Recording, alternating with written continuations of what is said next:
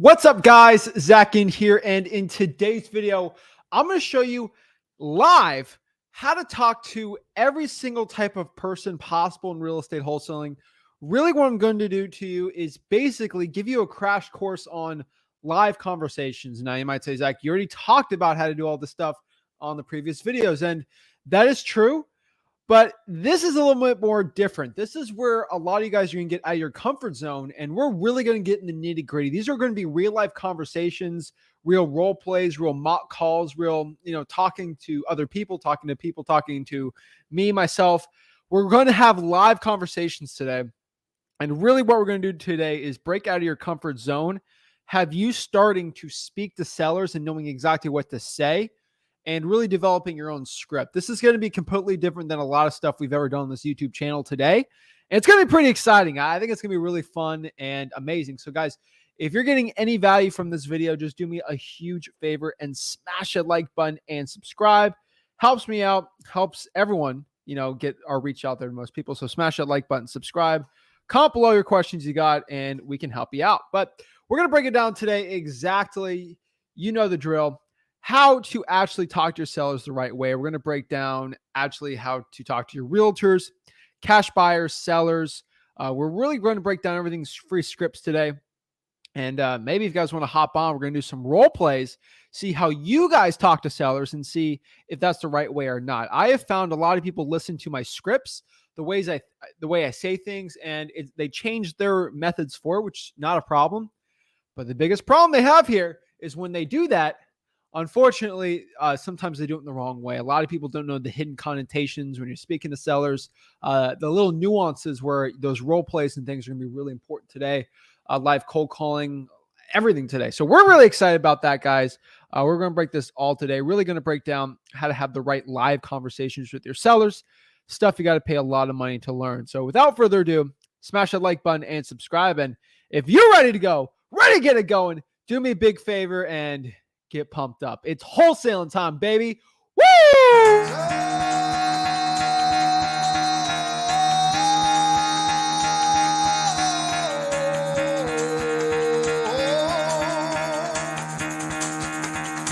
Get the fuck out of bed, bitch. Go.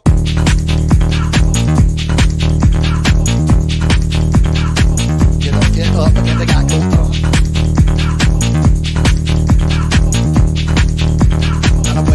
Time to wake up, bitch, get up. Get up. Get up.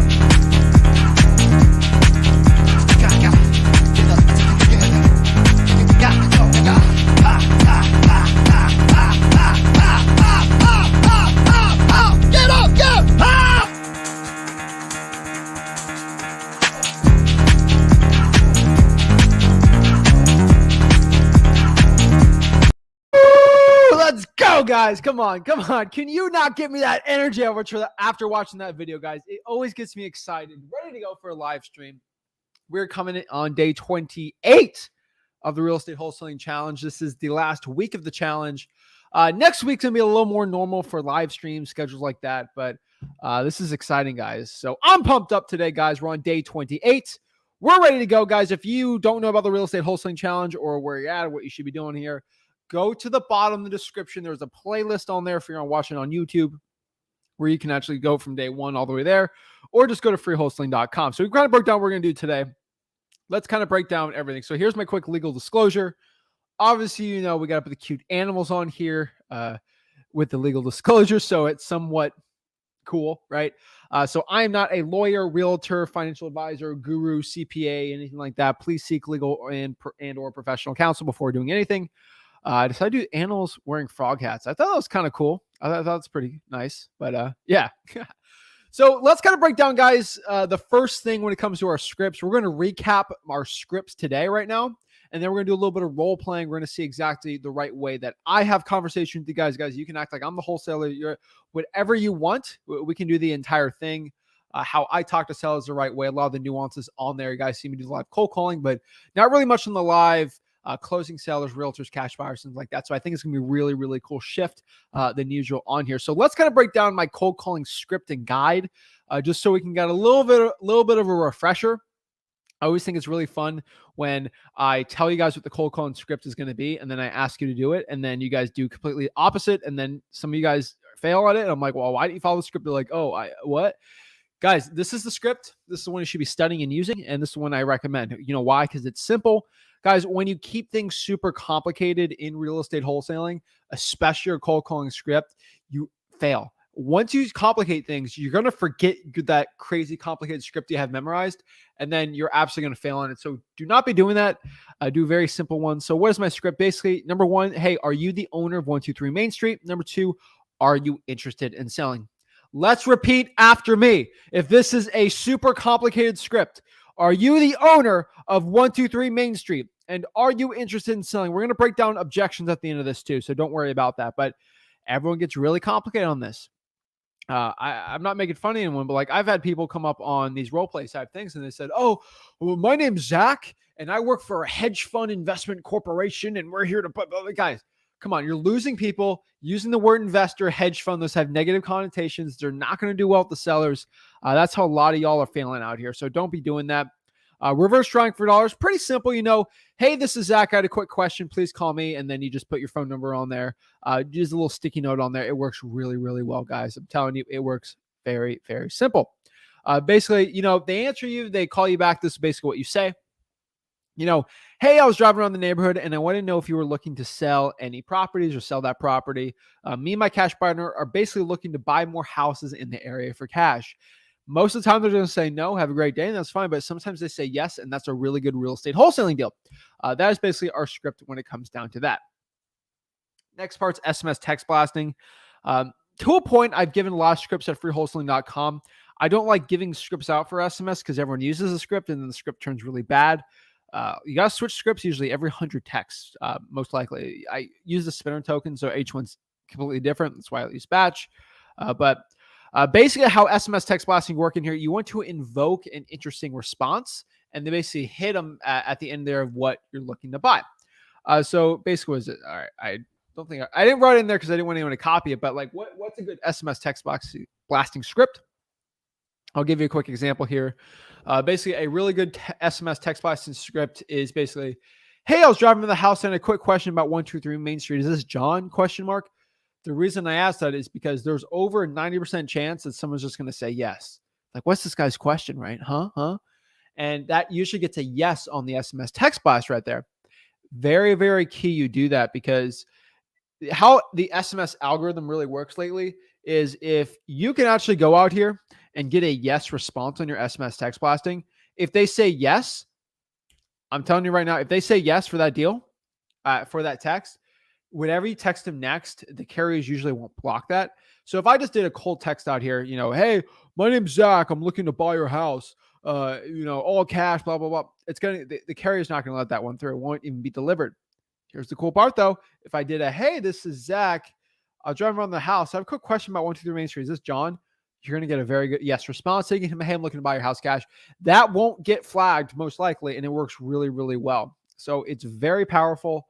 Definitely the type of SMS scripts you should be using. You guys should be using batch leads, code Zach for your SMS text blasting, get 50% off of it. And you use the spinner tokens where every text is different. I have all the tutorials at freewholesaling.com. I'm telling you, very powerful stuff, guys. That is my script for SMS text blasting. Bandit signs, pretty simple. You stick those little We Buy Ugly Houses signs out. You got to ask them the 4 questions when they call you. Motivation, condition, time frame, price. Basically explain you're looking to buy properties cash. One thing you need to do is you have to verify their information. Not a lot of people really do it the right way. You guys need to verify information because bandit signs, you don't want code violation going up your butt and stuff like that. You're not doing anything illegal per se most of the time, but you just don't want to be giving your information willy-nilly, things like that. So guys, at the end of the day, when it comes to marketing for wholesaling real estate, though, if I can do one sentence, the point of marketing, right? What's the point of marketing, right? The point of marketing, the end goal from marketing. This is what I tell all of my VAs when it comes to cold calling. This is it. Ready? It's just getting yes. That's it. Like people really overcomplicate this thing. The point of your marketing is to get a yes. That is it. Nothing else. You have to get a yes from your seller. You're basically what marketing to a point is, it's basically qualifying. Basically, at the end of the day, that is what wholesaling real estate is. You are just qualifying sellers. You are qualifying. That is the point in wholesaling real estate. You are just qualifying, trying to get that yes. The point of marketing is to get a yes, or, I'm looking to sell, or I'm interested in selling the property. That is the point of our marketing efforts. The point is just going out here and getting yes. Now, remember, guys, once you get a yes, just go straight into the 4 questions. That's really how a lot of these conversations go. And if you don't know what you're talking about, just kind of think about the 4 questions and it'll help you out a lot. So just remember that, guys. Like, once you get that yes, that, hey, I'm looking to sell the property, go to the 4 questions. And again, I get asked all the time, what's the 4 questions? Motivation, condition, time frame, and price. So my face in there. Cool. So let's break down all these like one more time here really quickly so we know what to say. Motivation. Hey, Miss Scheller, why are you looking to sell the property, right? Very, very important. Next one here is condition. What's the condition of the property? What is the house looking like? Does it need any work on the roof? Does it need any repairs if I buy it? Like, where are some issues on here, right? Time frame. When are you looking to sell the property? Are you looking to sell the property within a month, a week, a year? Very important to ask. And then lastly is price, how much they need to sell the property for. This is very, very important, y'all. I'm telling you, you got to get the price and basically get a ballpark range at worst on what they want to sell the house for. That works really, really well. Next part here is basically setting the appointments on the real estate wholesaling deal.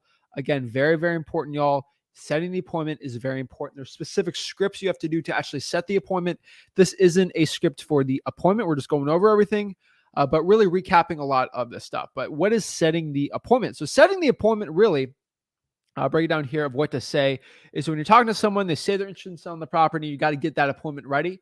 This is what you say. Basically, hey, when are you free for me to go buy the property, the house, and see if it's the right fit for me to buy it? Do you see how in this conversation, I didn't go out here and say, I want to buy your house all cash right now. When can I go see it? Let me go see it right now. Blah, blah. Guys, you have to chase the seller. They have to chase you a little. You don't want to act too eager with the conversation there. And it's very, very important because you want to act like you have multiple properties to see in changing markets like we're having right now. Like, it's very important to be doing it like this. So remember, hey, when are you free for me to go buy the house and see if it's a right fit for me to buy it? I've always used this script when setting the appointment, and it works really, really well. Doesn't show I'm too eager. And honestly, it gives very good responses very well. The way I explain it, it is very simple. It is very non-threatening. A lot of people like to get very threatening with it. Oh, I need to see it now, or like very assertive. I keep it very simple, just like I'm buying a car. Just I'm gonna go see if I can go buy it, see if it's the right thing for me, right? If you're doing virtual wholesaling, to a point, you want to verify the condition and then close them to a point. Basically, you want to verify the condition of the property. You want to verify some of the comps you have. Usually call them back and condition them too. So very important for virtual wholesaling. You condition the seller, get the condition of the house. Sorry if that's too confusing for you guys. And then we just basically go in the close there. Y'all know the virtual wholesaling guidelines too at freewholesaling.com if you got any questions for that. So what is conditioning the seller is another question I get asked all the time. If you go through the acquisition stuff at freewholesaling.com, it is all in there. Get some water real quick. But conditioning the seller, guys, I tell everyone you need to be conditioning the seller, and it's very important. It's probably one of the most important things you can do in real estate wholesaling is conditioning the seller. The point here of conditioning the seller is making sure they are here to make a yes or no decision on the real estate wholesaling deal. If you don't condition the seller, you're going to get the worst possible thing when it comes to closing a deal. And what is the worst possible thing when it comes to closing a deal? Is getting a maybe. You either want a yes or a no from the seller. We are not here to force someone to sell their house with us, right? We're not in this type of business. Never the right thing to do. You always want to do something that is comfortable with all parties. So it's definitely, that's the way you should get a yes or no on your offer on the deal, right? If you get a maybe or I'll think about it, you did not condition the seller. And I get so many people complaining to me like, Zach, oh my gosh, the seller says they're thinking about selling it to me. What should I do? Oh my gosh, this happens to everyone. Guys, this doesn't happen to everyone. This happens when you don't condition the seller. You must condition the seller. So what is conditioning the seller? Basically, conditioning the seller is basically calling them a day before the appointments or when you're going to see the property and basically just saying this. Hey, Mr. Seller, before I go and see the house, I don't want to waste your time or my time. Just seeing if you're ready to make a yes or no decision when I come over tomorrow, if you're ready to sell the property to me, yes or no. I usually just look at the house once and basically make my decision right there. I don't play games. I keep it really simple. So, Mr. Seller, are you ready to make a yes or no decision before I go to the property tomorrow?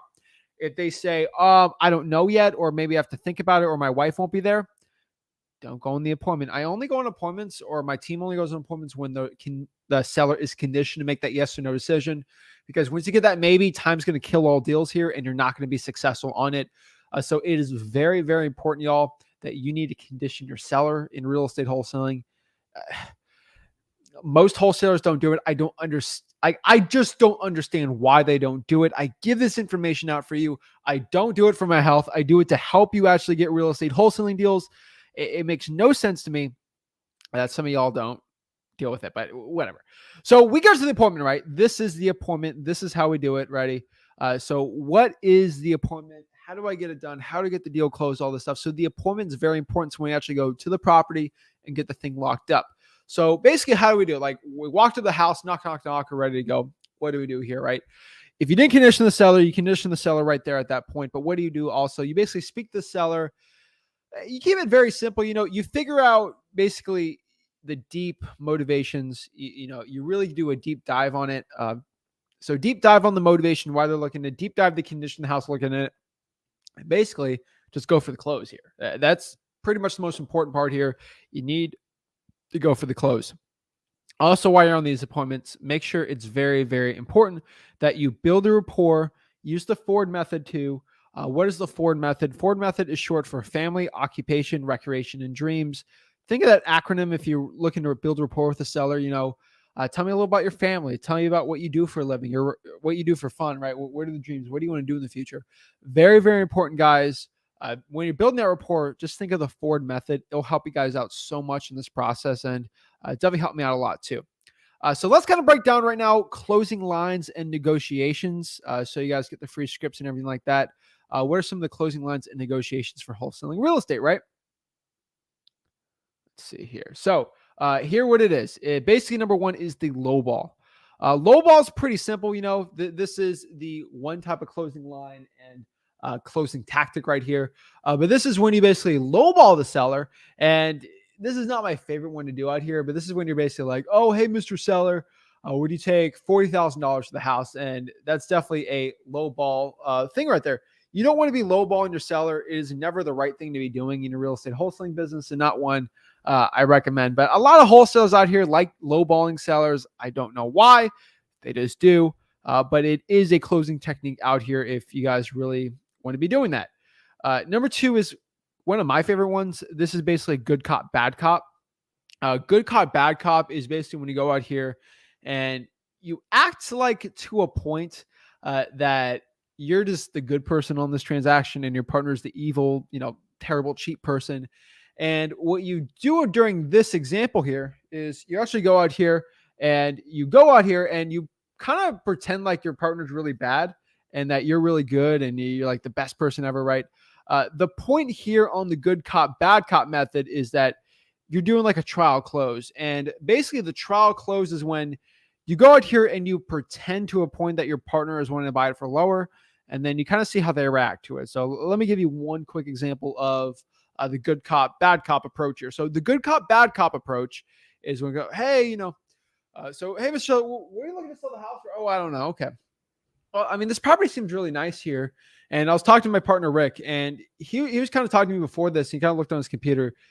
He was telling me he was close to around like 115,000 for the property. And then you shut up and you see what the person has to say from there. And the point of this being, when you say that, the seller's either going to have a visceral reaction like, oh, what? What are you talking? No, terrible. And they're going to be upset. Like, oh, get out of my house, whatever.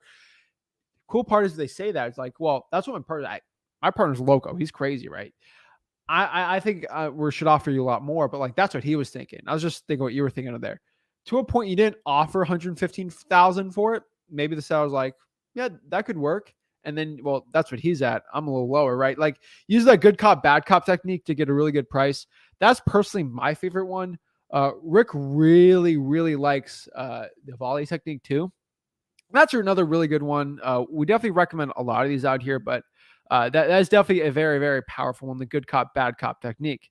The next one here is like the volley technique, or quote unquote getting the seller's price first method, right? That's definitely another really good one you guys could be doing out here. But what is this? Like, what is the volley method? What is the getting the seller's price first method, right? So the volley method to a point is, it is the get seller's price first method to a point. It's not the sexiest term in the world, right? But like, basically the point of that is to get the seller's price out of the first. Like, whoever says the price first usually loses. So it's very important we get the price from the seller out first. So how do we do this? Basically, it's like, hey, Mr. Seller, how much do you need to sell the property for? Oh, 100, whatever. Like, they say the price. Perfect, right? We can leverage that and then go from there, right? What is the volley technique? The volley technique's most likely to a point when they're not giving you a price and they're very rough on it. Usually, if you bounce back how much they're looking to sell 3 times, they get sick of it and they'll just tell you. So what is this approach? To a point, you're talking to a seller like, hey, Mr. Seller, how much are you looking to sell the house for? Oh, I don't know. Well, I mean, if you did know, what would you know? Oh, I don't. Well, Mr. Seller, obviously you have something in mind. I mean, I don't have anything in mind. Well, if you had a price, what would it be? Just think, I don't know. Just think about it, like, what price would work if you just keep volleying to get awkward, they just give you a price out there. Volley method actually works really, really well. A little harder over the phone. It's definitely something in person that works a lot better. Definitely not a fan of doing it, over the phone too much, but sometimes it works virtually too. One extra one I'll add on here is like the dollar bill method. That's definitely a very powerful method. Definitely one I do recommend for a lot of people, but everyone's like, what's the dollar bill method? Well, the dollar bill method actually is, you go to the seller and say, well, how much do we sell the property? Oh, I have no idea how much I'm going to sell. Well, Mr. Seller, would you be okay if I bought this house for like $1? And you do it like laughing. And the point of the dollar bill method here is because you offered them $1. Obviously, that's comically low, right? Like, that's below insulting. Like, it's not even insulting because it's just a joke, right? And obviously, no one's going to sell me a Lamborghini for $1 or a house for $1, right? Unless there's like a crazy catch. But no, I'm not. I won't sell to you for $1. Well, would you let me buy it for $2? No. $3? No. Hey, well, what? Like, obviously, so you don't want to sell for $1. Like, what price? Like, well, 50. That, see, that's how you get someone's price out of there. It works really, really well. It's super powerful. Called the dollar bill method. Very powerful. So let's kind of break down some of the most common objections we get in real estate wholesaling and kind of how to overcome them live. Obviously, there's like 50 of them out here, right? But I'm gonna give you some like kind of common ones out here, some gimmies to a point. But like, number one's when like you're cold calling. It's like, Zach, who are you? What do you want? What's this? What's blah blah blah blah blah? Right? I get a lot of these all the time. Who are you? What do you want? What's your point here? Like, what are you trying to get going here? Like all this stuff.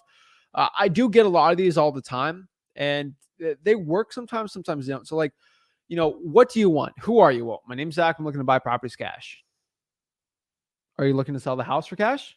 And you just kind of be direct to them. They're going to try to choke you out with information or just questions, and you just got to stay calm in the situation.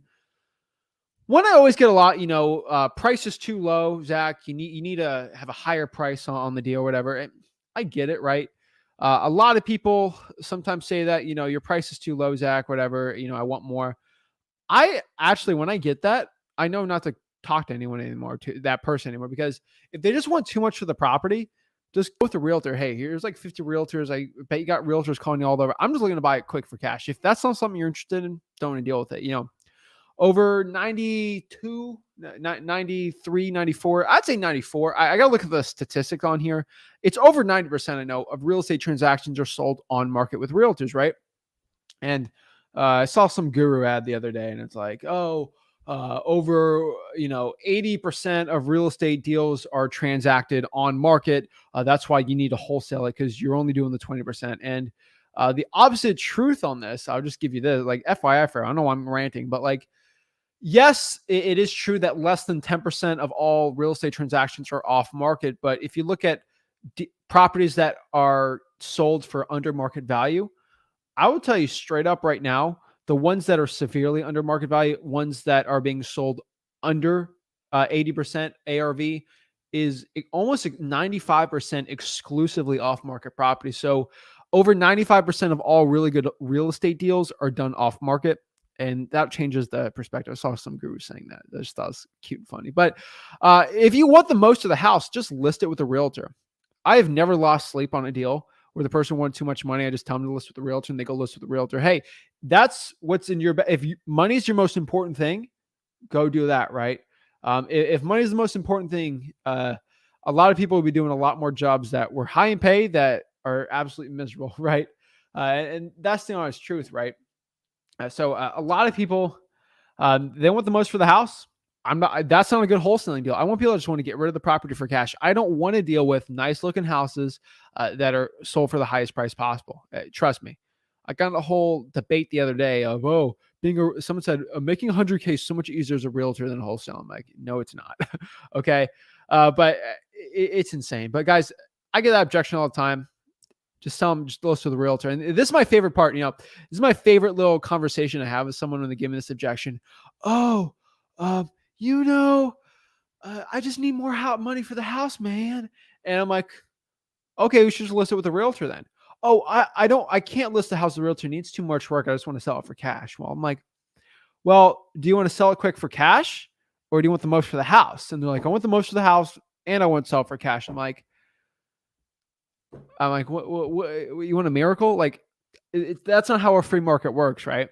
So of course I want to get paid $10 billion and be on the Miami Heat, but the free market has decided that I'm not a good basketball player and I'm better on sales. So, and real estate. So whatever, sorry if I shocked anyone. I'd rather be playing basketball for the Heat, making, 100 million a year, dunking on LeBron. But, I would also like to be 6'8" and be able to dunk 360, all this stuff. I ain't no spring chicken when it comes to dunking yet. So, right. Like I just, of course, but no, I don't like, everyone wants everything, right? Everyone wants to, be a billionaire, but no one wants to work to be what it takes to be a billionaire. And to the points like that, you can't have the best of both worlds sometimes, right? It's just funny. But here's another one I get a lot, from my younger people out here watching with me, oh, you seem very young to be buying houses.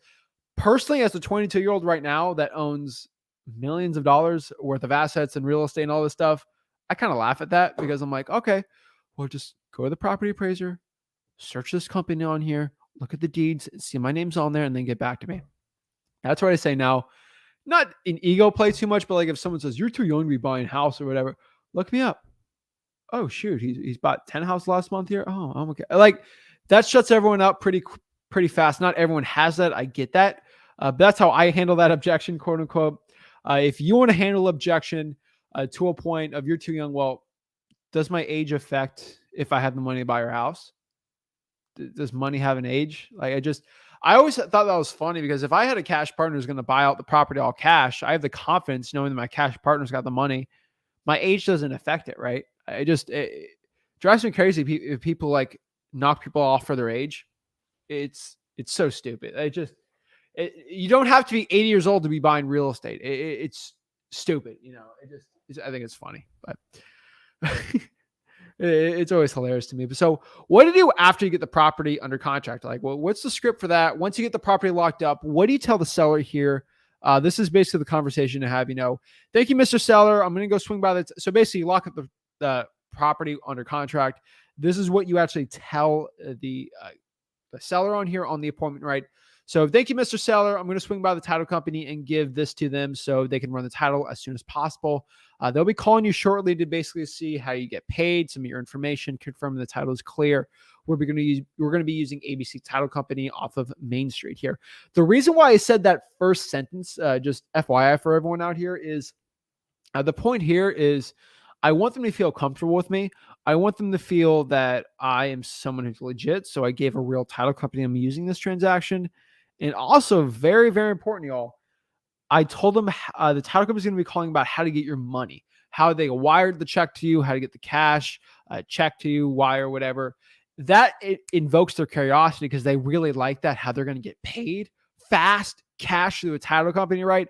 Sounds really, really cool, right? And the point is that makes them happy, trusting of you. And then you kind of hit them with a cash buyer partner coming through. The only thing I really need to do right now is just take some pictures around here. Is that okay? Yes. Okay. And before you leave, really casually, you got to say this really casually. Also, by the way, my partner and I are probably going to go by the property at least 1 or 2 more times. Basically just going to plan out basically what we're going to do with the property. Does that work for you? And then boom, that's it. That's how you lock up the deal. Basically get an okay to do 1 to 2, follow-ups through everything. It works really, really well. So definitely works really well. That's the script I use after getting the property under contract and signed. So when we actually talk to cash buyers, what do we say here to actually get the deal done? So let's kind of break down some of the scripts for it. Very, very simple to a point. We're basically asking them here, hey, are you looking to buy any more houses or flipping any more properties or renting? Looking to buy any more of them for cash? Basically just seeing if they're looking to buy more houses cash, you can sell them to them as a wholesaler, right? Have you ever bought from wholesalers before? There's another question I always get asked. What should I ask a cash buyer? This is one I always tell everyone to ask, have you ever bought from a wholesaler before? The last one here is, are you okay with me making an assignment fee on the property, like an actual profit? If you're not okay with that, don't do it. Lastly here, when it comes to cash buyers, basically get a proof of funds from them here and basically see how quick they can close the transaction. And if you're dealing with realtors for cash buyers, this is definitely the next thing you need to be doing. But like, just ask them this stuff like, have you ever bought from wholesalers before? And are you okay with me making an assignment fee on it? That's the biggest issues I always see with realtors as cash buyers. So definitely something y'all need to be doing on this transaction, right? And then basically now we are on what we call game time. So what is game time? Game time is where we're going to break down with you guys some of the role plays for you, some of the role plays for me, see how we're going to have these conversations more or less on it. But those are basically my scripts. So let me recap the scripts really quick one last time and see if you guys want to do some of the role plays on here. Do some one-on-one calls today too. We kind of break down, again, this is basically our script, are you the owner? Are you interested in selling it? Hey, this is Zach. I got a quick question. Please call me. Here's the other script here. Quick screenshot for everyone if you want to be out here and doing it. SMS text blasting right, bandit signs, point of marketing right, motivation, condition, time frame, price. Send the appointment. Remember, guys, this is how we're going to set the appointment. Be very simple, non-threatening. Conditioning the seller. Quick screenshot here if you guys want to be conditioning the seller. I love every single time I do these. If I do a role play, I see a lot of people want to get out of the chat. A lot of people come back in. Kind of funny, but here's the appointment, right? Basically how we're going to go over forward, everything like that. Closing lines, we got those. Common objections, how to get over them. What to do after you get the contract signed. This is definitely a big one. Definitely doing it. Definitely still recapping everything on here. Boom, boom, boom. Speaking to cash buyers, right? Ask these questions and those realtors, and boom, we're here into game time. So, guys, that is it. We're going to do some role playing. We're going to answer some live questions, answer some comments, stuff like that. This is a live show. So, always like enjoying doing that. Quick recap for everyone, guys. We're on day 28. Wholesaling challenge is almost done. So if you guys, I'm thinking right now, I know at least 5 JV deals I did this month with people that got their first deal JVing with us. We got one closing this week, I think for $25K. We helped another guy's first deal last week. That's pretty fun. But guys, we helped a lot of people out. And if you got your first real estate wholesaling deal in the challenge, you want to be a winner, get 3 years of PropStream, you guys need to email support@flipwithrick.com. So I'm going to say, if winners go email, guys, if you want to win that free PropStream, we're doing this Friday with Rick, so it's going to be pretty fun. Email support@flipwithrick.com.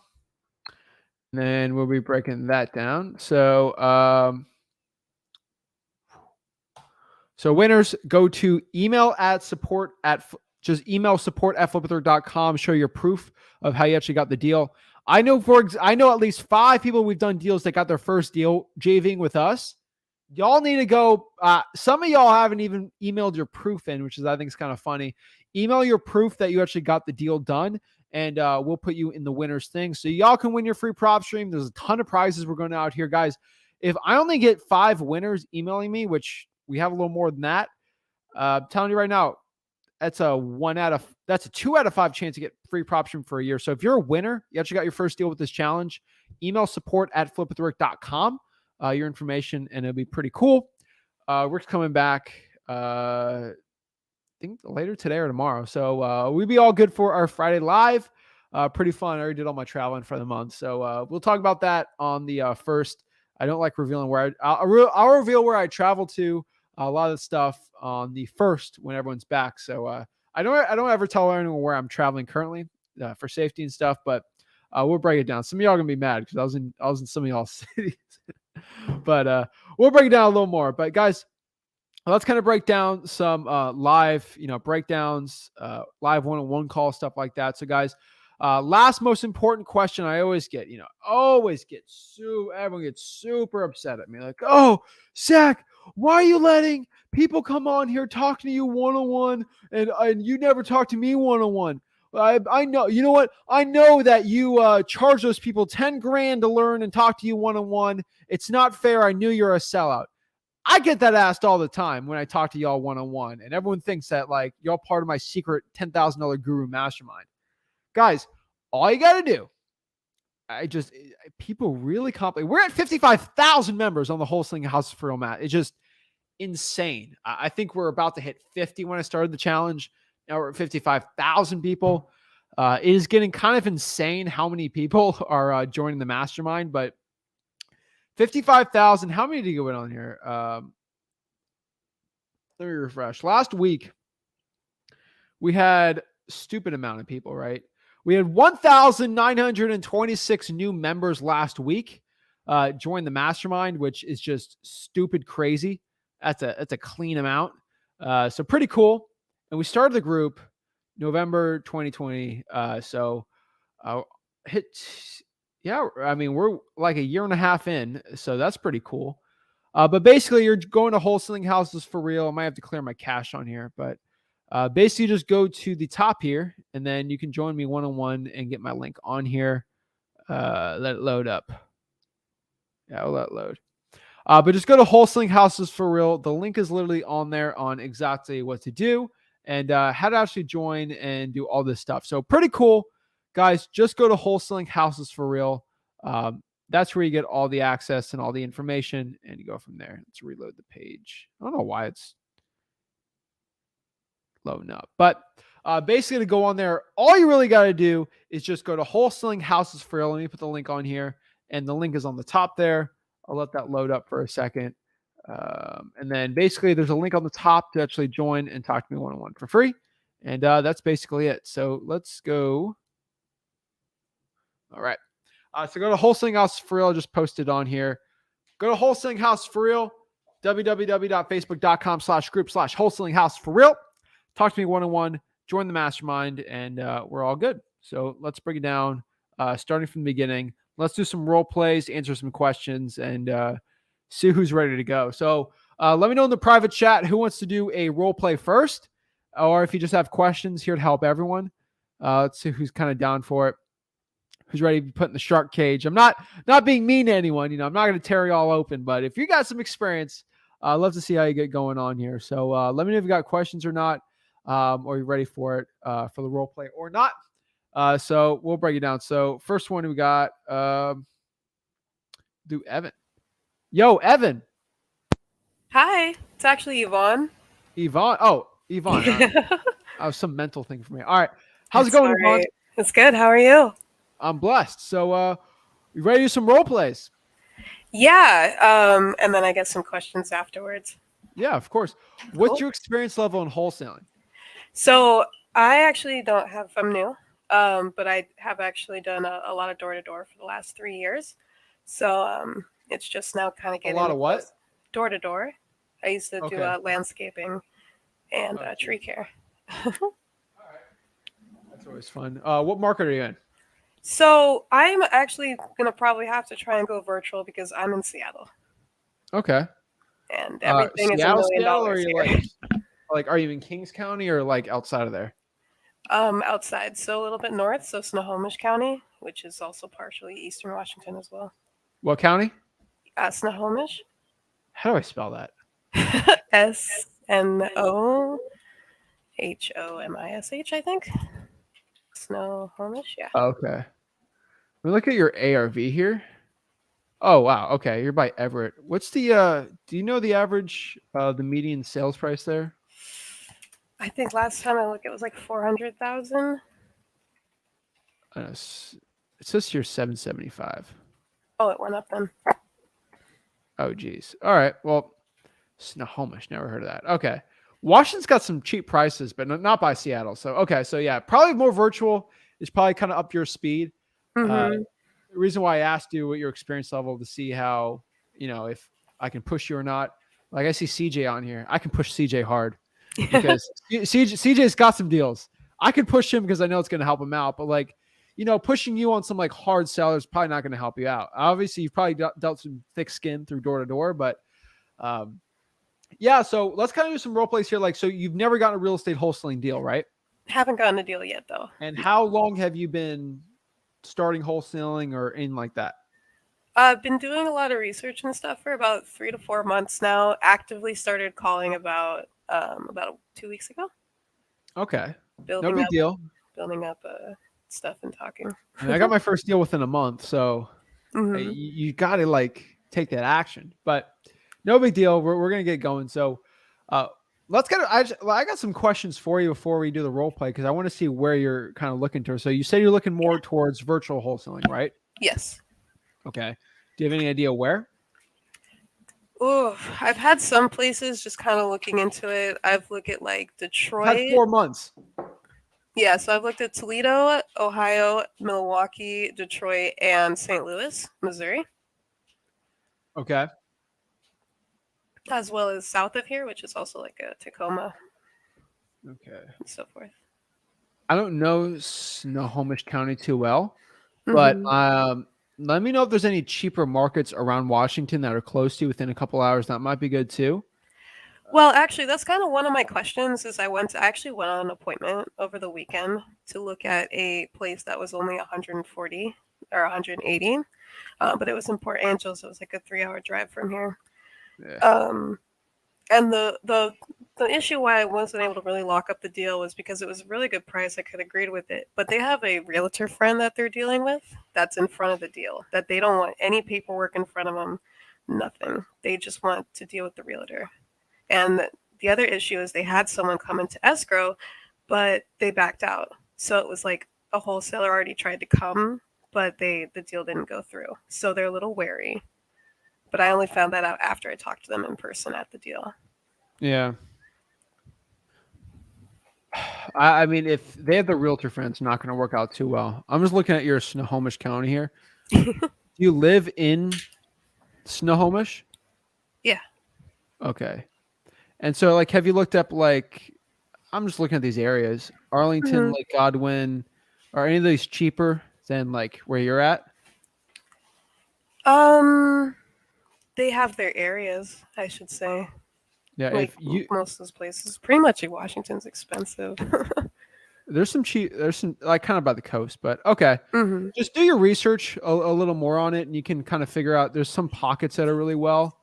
Kind of like Miami, Broward County, Palm Beach, like those are really expensive markets, but there's pockets that work really well in there. So I got some secrets on there too. I can share with you, but I would say, in my personal opinion, I think you should probably try local half. Okay. Okay. Do the local wholesaling and then spend. I'm just saying, cause you need to just take action. Yeah, no, I agree. Okay? I do. No, I'm just going to tell you what to do at this point, because you need someone to tell you what to do. I don't know why, but you do. Actually, wait, you've been wholesaling for 3 to 4 months. You haven't talked to me one-on-one once. I only just found you actually a few days ago, like a week ago. Okay, well, you know like what? 2 weeks ago is when I found you, and I was like, oh, okay, this is the person I would have talked to you one-on-one for 3 months straight. I would have gotten your butt to take action, though. And if you're watching me, getting your butt to work. So we're doing half in person, okay? You're going to find anything under 400K, hopefully within your market that's within an hour drive. Okay? Okay. Are you writing this down? Yep. Yeah, I got my notebook right here. Number 2, you're going to spend half your time in Lucas County, Ohio. Okay? That's Toledo's county, Lucas County. Okay. And that's where you're going to be focusing on. Okay.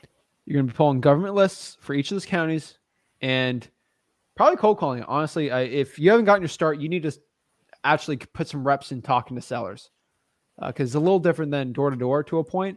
But I think cold calling do you have a budget you want to do, or you got a pretty tight budget?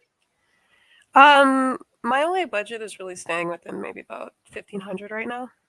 Yeah, so not a crazy budget, which fine. I had $300 budget starting out. So We don't have a crate. Like we're not going to go drop $1,000, $2,000 on skip trace. It makes no sense. So I would say, cold calling government lists is probably going to be your best option. That's my opinion. Or reverse driving for dollars. I would reverse drive for dollars in your local market government lists and then cold call in Lucas County. That's kind of what I'm thinking right now. And yeah, I think cold calling would be your best one. So that's what I want to practice with you on is the cold calling because I think I'll be your best option out here. Okay. All right. Yeah. So what's the cold calling script? Give it to me. Okay. Ring, ring, ring. Hi, good day. Am I speaking to the owner of 123 Main Street? Yes. Hi, I was actually calling to kind of find out if you were interested in selling your property. No. Yeah, see, once I get a no, I kind of freeze out. Because usually I'm calling FSBOs on, so people are actually wanting to sell their property. Okay. Well, for sale by owners are fine. Government lists are better. They're way better. But okay, next one, go. Ring, ring, ring. Hi, good day. I was actually trying to speak to the owner of 123 Main Street. This is him. Hi, good afternoon. Hi. How are you today? Who's this? I'm Yvonne. I was actually wondering if you were interested in selling your property. No. You're not? Okay. Well, again, see, I just freeze up at the no. You froze up on the no. It's fine. You gotta get off the phone when someone says no. So basically, at this point, is no worries. Have a great day. Next one. That's Okay. it. Nothing crazy, right? Nothing too nuts. That's what I do. Some people like to do. Do you know anyone else that's looking to sell the property? I've never found a good I've done deals with that. It's not good enough for us. So do it again. We're gonna see how you answer the no. Okay. Hi, good Hello? day. Hi, good day. Is this the owner Who is of this? 123 Main Street? I'm Yvonne. I was actually interested to find out if you're selling your property. No, I don't own the house. Oh, okay. Are you like a trustee, an absentee owner? Are you a renter? What if I house? may ask? What the house? house at 123 Main Street. No, I don't own that house. You don't own the house. Do you know the owner of the house? No. Don't? Okay. Well, I apologize for bothering you today. I hope you have a great day. Have a great one. Bye. See? You didn't ask me if I'm the owner. You asked it while I was interrupting you, which happens a lot. Yeah. So you have to repeat the question. No big deal, right? All right. One more. Let's go.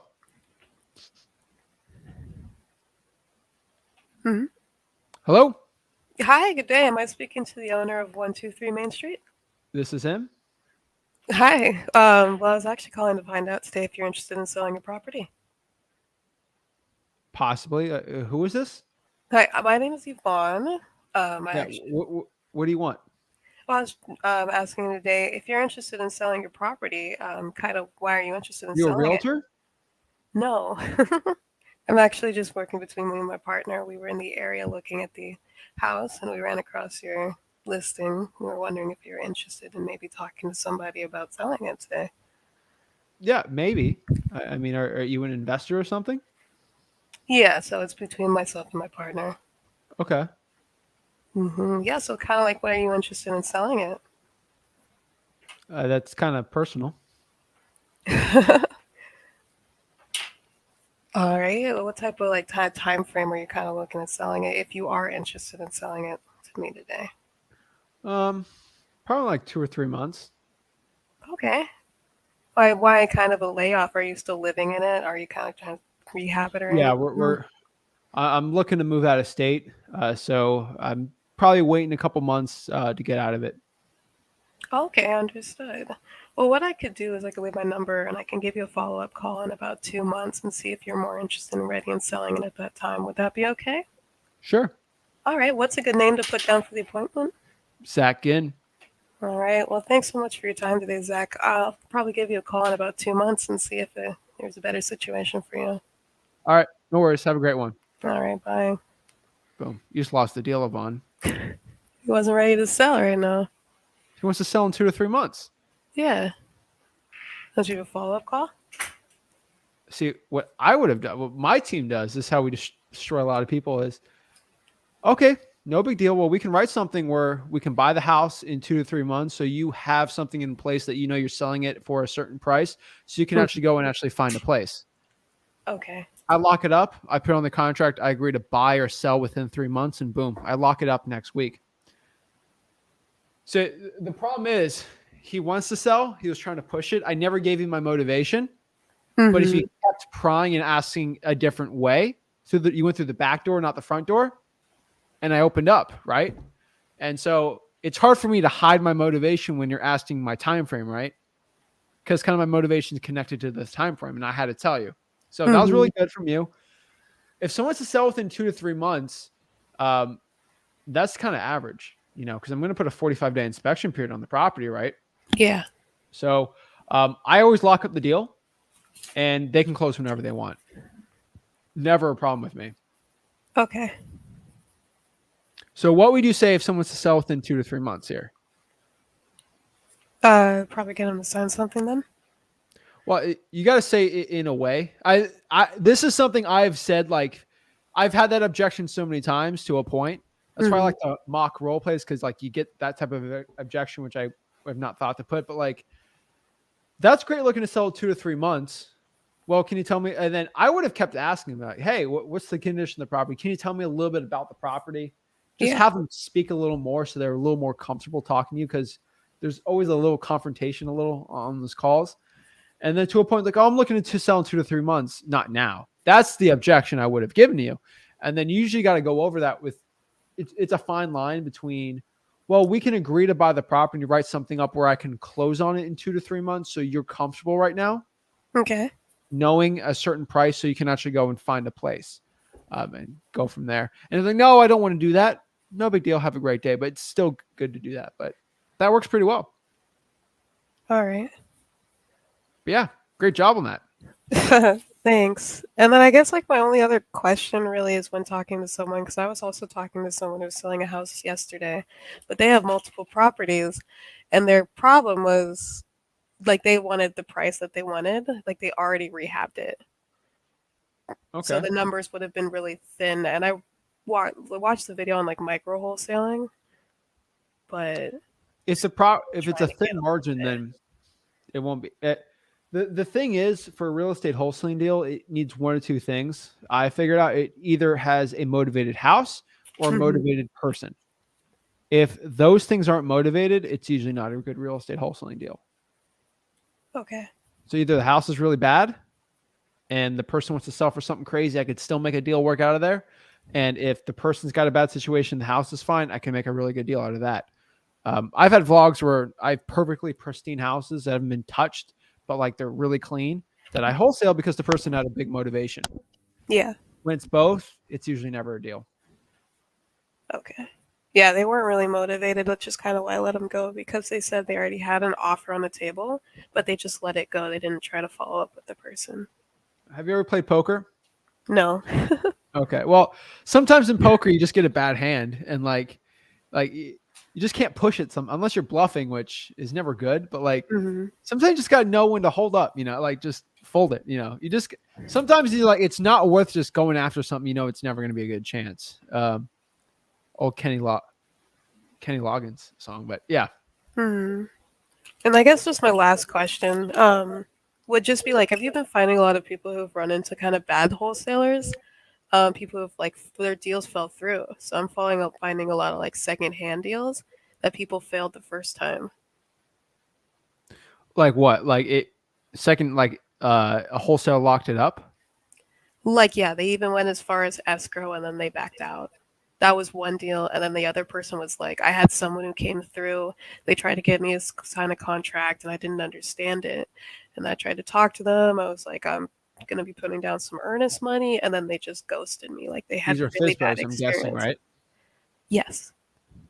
The FSBOs. Every wholesale and their mom goes after the FSBO. That's why. It's not a lot. If you go after your government list, you're not going to be dealing with that. Okay. I make FSBOs work still just because I go hard in the paint on the motivation, and I go after really old for sale by owners. What's the criteria of your for sale by owners that you're calling? I've been kind of basing it off of yours, starting at the oldest, working at least 40 days That's on the good. market, not trying to go after new people or anything right now. The problem is you're going to be running out in your local market with that. So you're going to Oh find yeah, that pretty this is fast. not for my local market. Okay. This was So, actually hard. The half of virtual wholesaling I was trying out. okay. I mean, if they dealt the wholesale and it failed, either they wanted too much for the house or the wholesaler just offered too much or there's really Mhm. bad at cash buyers. You got to figure it out. Sometimes a wholesale seller wants to sell for too much and the wholesaler just locks it up because they're being stupid and it Yeah, ruins the entire deal. I'd go after it, but it has to be at a really good price. yeah. Okay, Or tell them to list it, you know? that's true. All right, All right. cool. Well, you got any more questions? Let me know. I'm always here to help. Yeah, I really appreciate it. Thank you. No worries. Have a great one. Same to you. Bye. Boom. Perfect. All righty. Pretty cool. I'm telling you guys, like it works really, really well when you just have simple conversations with the sellers and you keep your whole thing really simple. So, oh yeah. All right. Next here we got I came from zero. What is up? Hey, what's going on? What's up? What question you got? How can I help you out? All right, so I found a property. I kind of messed up speaking with the seller when I made my offer. Uh-oh. Man, I know, right? But the ARV is about like 180. It was a for sale by owner. They were asking 110. This is my first time calling for sale by owners too. And then they're asking for 110. I ended up talking them down to 80, and that's what I sent over for the contract. But the only issue is that he has 10K in back taxes. Okay. And I kind of fumbled and said, like, we would take care of that because I don't know why I was thinking. Yeah, I know. Come on, man. Okay. I mean, let's do the math real quick together. So 180. Mhm. What's the repairs? Pardon me? What are the repairs? Repairs about 55. Oof. Yeah, it's pretty. I mean, if your numbers are right, you could sell it for 100. I'm guessing. That's what I was thinking. And then like even in that case, I'd say I could take care of the back taxes on That's on fine. that. You Yeah. offered it, whatever. Yeah. But I mean, you're gonna make 10K if you do it right. I mean, hey, I sent it over. I'm just waiting for him to send the DocuSign back, but not he bad. accepted the 80. So I think being a man of your word is more important than anything. yeah. Make 10K, suck it up. It's a lot. You spent $10,000 learning the lesson, so it's fine. Yeah, it's a lesson learned. Did he say? So when you offered 80, did he agree? So he agreed to that? Well, originally, what I had said was 75. Okay. But then I had asked him if we could close like within I said 75, and then he had countered. He said 80, but he was trying to close pretty quick. But then I said if we do 80, you're gonna have to give me 30 days to close it, and that's what he agreed upon. Because originally 75, he wanted like 15 days or something like that. He was trying to get it quick. Yeah. Honestly, like he's kind of difficult, and I wouldn't beat yourself up over it. Mhm. Try to sell it. I mean, that's all you can really do, right? Yeah. Yeah, I would sell for. I mean, I think 100's a fair price. I think Not so. crazy, right? But like, still,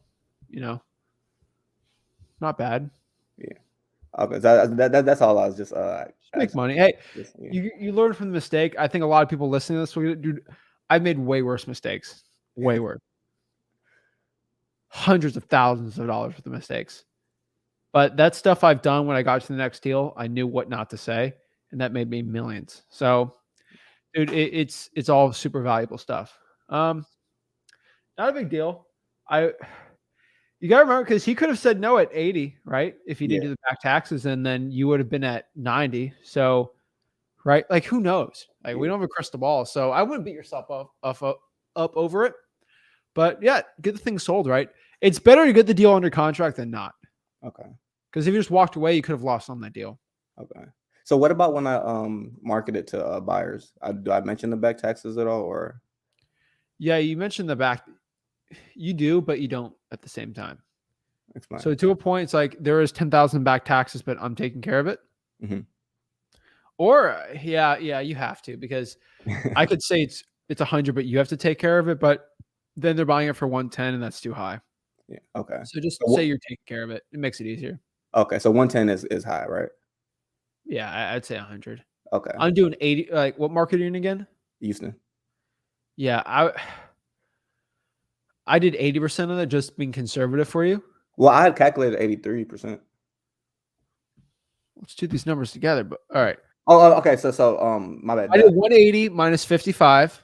I'm sorry. I meant 187. My bad. I apologize on that. I was just looking at my notes right Oh, now. 187? Yeah, 187. That's actually pretty good. Times 0.8. That's 105. Not bad. Not bad. I did 80% to be safe. If we're doing 83%, that's 109. So I would do 110 and just see where they're at 83% and still see. I think there's a lot of cash buyers still. Mm-hmm. Why not, right? Okay. Houston's kind of there's a lot of buyer activity in Houston, so I think we're still good. Okay. I mean, I still know a deal with a hedge fund today. So hedge funds are still buying. They're a little weirder on it. Everyone thinks the market's collapsed. Now, I did some videos on it, but like the market's shifting, it's not collapsing. So, you know what? Do 110. Why not, right? You can always negotiate down to 100, right? Yeah, facts. So you can always go down in price when you like list it with a cash buyer. You can never go up. Yeah, So, hey, if you sell for 110, that's 20K. Like, who's crying over that, right? not me. No. So, I mean, people would die to be at the situation you're at right now. So, Yeah. yeah, that works, man. All right. Just make sure that I do mention that it does have, and I will take care of that at the end. Yeah. Okay. They won't care though. They just want clean title. Okay. Awesome. Honestly, I won't even mention it to the cash buyer Okay. because it's the title situation, and taxes are very easy to fix on title.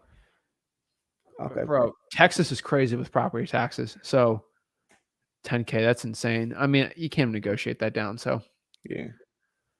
actually, you could protest it, but that's a lot of work. So we're not going to get into that right now. Okay. Let me talk to Rick. I'm not the Texas expert. Do me a favor on Friday. Mm-hmm. Hop on the one-on-one and talk to me and Rick. And Rick has actually protested, I think, in Texas before on a virtual deal for us.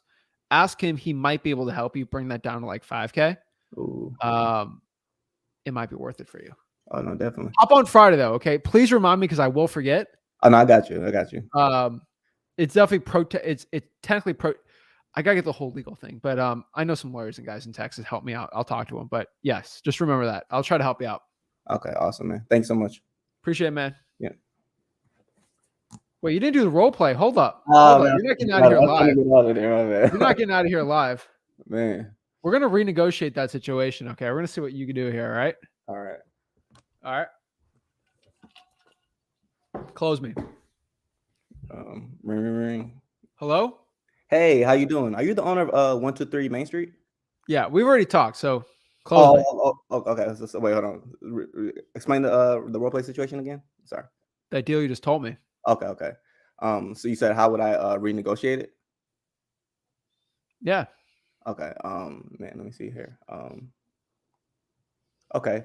Hey, how are you doing, Zach? Doing good. Hey, so I was just looking at the property, and I do see that there is some back taxes on there. Does that sound familiar to you? Yeah, it's behind on some taxes, but I'm getting it sold, so it's fine. Okay. That's fine. Man, I'm not gonna lie. I don't know how to play this one out. I'm sorry. Close me virtually. Okay. And you're the seller. Yes. Okay. All right. Hey, so I did pull up the. I live in Florida. Okay, it's a vacant house. Okay. Hey, Rick. So I did pull up the information. I did see that we did have some back taxes on there, but that's not an issue at all. Like I said, I'll go ahead and take care of the closing costs. You won't have to worry about any realtor fees. But if you do want me to take care of those back taxes, Never mentioned the back taxes. oh, What are you offering, man? Oh, I never mentioned it. I thought you were the seller. I am the seller. But he told me that. Why are you offering to buy it? Oh, Why are you offering to do my back taxes for me? Oh, so you're acting as if we had never. No, you act like you know there's back taxes, but it shouldn't be a big deal because it gets taken off your end on the closing, so it'll be fine. Okay. You don't have to take care of the guy unless he's like, unless you offered like 60 and I'll take care of it, right? Like, unless it's a really stupid low price that works. Mhm. But I don't go offering to do that, right? The only thing I ever go out of my way to offer is the closing costs. Okay. Okay. Man, I'm not gonna lie. You put me on the spot. I want to embarrass myself some more. You're not can I just, embarrassing yourself. You're getting better. okay. So Let's all make fun of let's all make fun of him for having a $20,000 real estate deal he's got under contract. Ooh, yeah. In your face. so with the way that I would go about it, just try to get the price lower without saying that I'm taking care of that, or like Yeah. how would you? Negotiate the best price with me.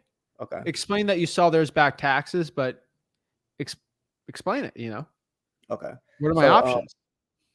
Man, so I know we did agree at the 80, but I just did see that there is some back taxes on there. We How does my will taxes affect it? Well, actually the taxes have to get paid before we can even move forward with the title company. Okay. But Can like I just again, pay it at closing with my equity? oh yeah, we can definitely go ahead and do that. That's not an issue. Oh, can you do that? So yeah, so you can do that. I gotta check Texas law to a point. If I got a lawyer in the chat, you let me know. But I know in Florida, like the taxes just get paid at closing. So, for example, if let's say we're selling it for, actually, you're selling it, you have it under contract for 80, right? Yeah. In this situation, to a point, 80 is what you lock it up for, and you sell it for 100. That means the cash buyer gives 100 to title company. Title company gives 20 to you. And then title company gives 70 to seller, and then they give 10,000 and pay the taxes from there. You can use your equity to get it. Like, for example, so let's say this guy didn't want to deal with you. He doesn't want to deal with the house anymore. The house would have gotten auctioned off because they didn't pay the taxes, right? Right. And let's say auctions off for 100,000. They would have gotten their 10, and they would have given the 90 to the seller. Oh, okay. Yeah, because a lot of people, like that guy probably doesn't have 10K right now to pay it, but he has equity which they can use. Okay. So it's fine. Like obviously it takes this is experience, right? You can at the title at closing the taxes get paid, just comes off their proceeds. Oh, okay. That's it. Like a code violation, anything like that. Oh, okay. So okay. Now I get what you're saying. Now it's No, you're fine, man. So that's how it works. So this is how I'll explain it. Like, hey, Mr. Seller, so I do see you have some back taxes here. No big deal. Sometimes it's an embarrassing spot for the seller. So I don't like rub it in or make it worse, but it is a pain point. No big deal on that. All you got to do is it comes out of your portion at the closing. We can still close very easy. Title should be clean there. Okay. I know you said $80,000, Mr. Seller, but I talked to my partner here and like he was closer to like 70,000. Man, okay. You see how I'm not speaking till you react to that 70? Yeah. That's how it works. I don't care if I have to pause for you for 5-10 seconds. You're going to get awkward and to say something. Okay, well, 70 or I can't do 70 and go from there. Oh, that makes sense. Now. My bad on the role play. No, you're good. Yeah. Like for this example, I would have said, hey, I talked to my partner, Zach, about this because we're talking right now, right? You're my partner on this deal. I'm just getting 0%. Okay. So, right. Hey, I talked to Zach. He was close to like 70,000 on this after looking at it. Did you offer 7? No, you just said your partner's at 70 on it, right? Mm-hmm. Oh, I don't know about that. It's a little too low, whatever. Well, remember this, Michelle, I have to pay the closing costs. So that's going to cost me some money. And I kind of could put some justification why I'm at 70. Those are just little closing tactics I do. Obviously, you already know this is different in person, right? Yeah. I still have closings where I'm just like, why did I say that? Sometimes it happens to the best of us, right? But you have more experience to get better at it. I just don't understand with that deal with it, but yeah. Okay. Man, you're good. You're fine. Appreciate that, man. Thanks so much. Don't be embarrassed for getting that's still a good deal, man. Don't be embarrassed at all. Man. Are you kidding me? The role playing on the spot is kind of tough. I'm not gonna lie. Well, let me ask you a question, bro. Okay. Would you rather practice on a real life seller and fumble the bag, or practice with me, get better, and then on a real seller, you know what to say? Oh no, I mean definitely with you. Like what you just taught me just now. Like I can't wait. Right? Yeah, that's facts. And dude, if you keep wholesaling, you know how many sellers are behind on taxes, dude. So many. Yeah. So you can use that for every single one. Man, I appreciate that. Thank you so much. Yeah, man. Let me know if you got any questions, bro. All All right, definitely. right, have a good one. Telling you guys. Woo! Gotta help the people out. Oh, guys, I don't do these role plays to embarrass people or to put you on the spot. But the reason I say this, it is better to practice with me, fail a little, but like still get through it and get better at the end of that than to eventually go out here, practice on a seller and lose the entire deal because you're practicing your sales skills on the seller. I'd rather you practice with me. It is better to practice 3-pointers alone in a gym or with a couple people than behind 50,000 people watching you, right? That is the point here, guys. That is the point. I just, it's, you not want to be practicing on your sellers. It is the worst thing possible. I'm not here to embarrass anyone. If somebody makes fun of you for trying to become a better wholesaler today, you find them and I'll kick them out personally and block them. Okay. They'll not be able to. Okay. We are not here to bring anyone down. We're here to lift everyone up. And hey, maybe it's not fun when you're put on the spot. And I get put on the spot all the time when I do cold call live with you guys, but it makes me a better wholesaler, makes everyone a better wholesaler. But I'm telling you guys, it helps so much.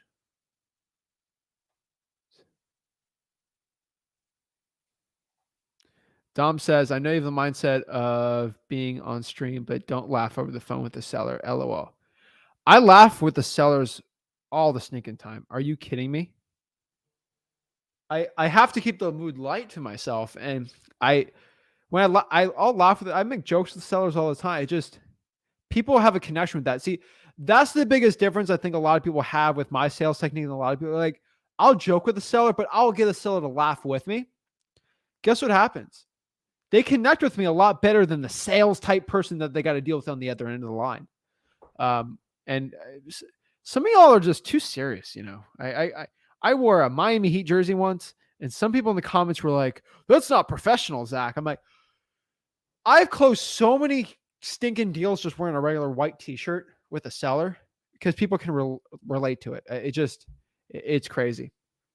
But I think it's funny. All right. Jayco.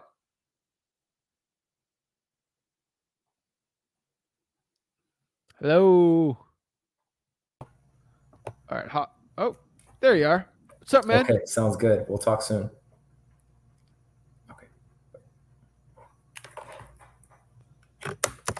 Zach. How's the cold call? Hello? Hello, hello. Can you hear me? Yeah, Zach. Hey, how are you? How's the cold call? It's good. I've been on it all day. I've been calling absentees. Oh, nice, man. Dude, how much equity on those lists? They're all around like they honestly don't have a cap, but they're all around like 800 to like 2 mil. I'm talking about how much equity. Equity as in like how much Percentage. value are the properties? The value of that property divided by how much is owed. The value of the house minus what's owed divided by the property value. I'm not even like, sure. Okay. Like a house has a $50,000 mortgage and it's worth $100,000. So that's 50% equity. Oh, like how do you pull those? How did you pull the absentee owner list? I just hit our title company up and they just pulled it for me and they just said, here's a bunch of absentee owners in these particular zip codes that we're marketing in, because I'm just doing my backyard right now, but my goal is to go virtual like how you guys are doing one day. I think it's like super badass. Yeah, just being a virtual. Where are you marketing? Southern California. Okay. Where? Yeah, so mainly in the cities of like the counties of the LA, Orange County, and Inland Empire. Those are our main counties that we're just working through. And then, where do you live? We live in Claremont, California, kind of next to Rancho Cucamonga, Upland, stuff like that. Okay, Mr. SoCal. I don't know what you're talking. You're speaking a different language right now. Yeah. Hey, you guys just went up to San Fran, I heard. How was that? Rick was in San Fran, not me. Oh, okay. I thought you guys had went together for some reason. No. Oh, very cool. Well, honestly, I just want to commend you guys. You guys are freaking amazing. Rancho Cucamonga. Cucamonga. Yes, that is where. Oh, that's Inland Empire. Yes, 100%. Oh, okay. You ever, You're you not ever actually. seen? Oh, snap! You're right next to Ontario. Yes. Have you ever seen the movie Next Friday? Nope. Oh, it's an Ice Cube movie, and that's like where they go in that movie. They go to Rancho Cucamonga. Hey, that's actually not a bad market, man. Dude, I'm very grateful to be in this market. That it's my backyard. It's been profitable. I've only gotten 2 deals so far, but I wanted to actually see. You guys have been teaching me so much. I really just wanted to be able to see, what are some new ways that maybe we could set ourselves apart. But I think Rick always tells me the same thing. He's like, it's just, just keep doing it, man. So yeah, you get that list for free. That's perfect. So yeah. The reason I'm asking equity, I didn't know if you pulled like a PropStream list or something like that. So I haven't used PropStream. Do you recommend me start using it? I mean, where do you get the last 2 deals? Door knocking and cold calling lists from my title company.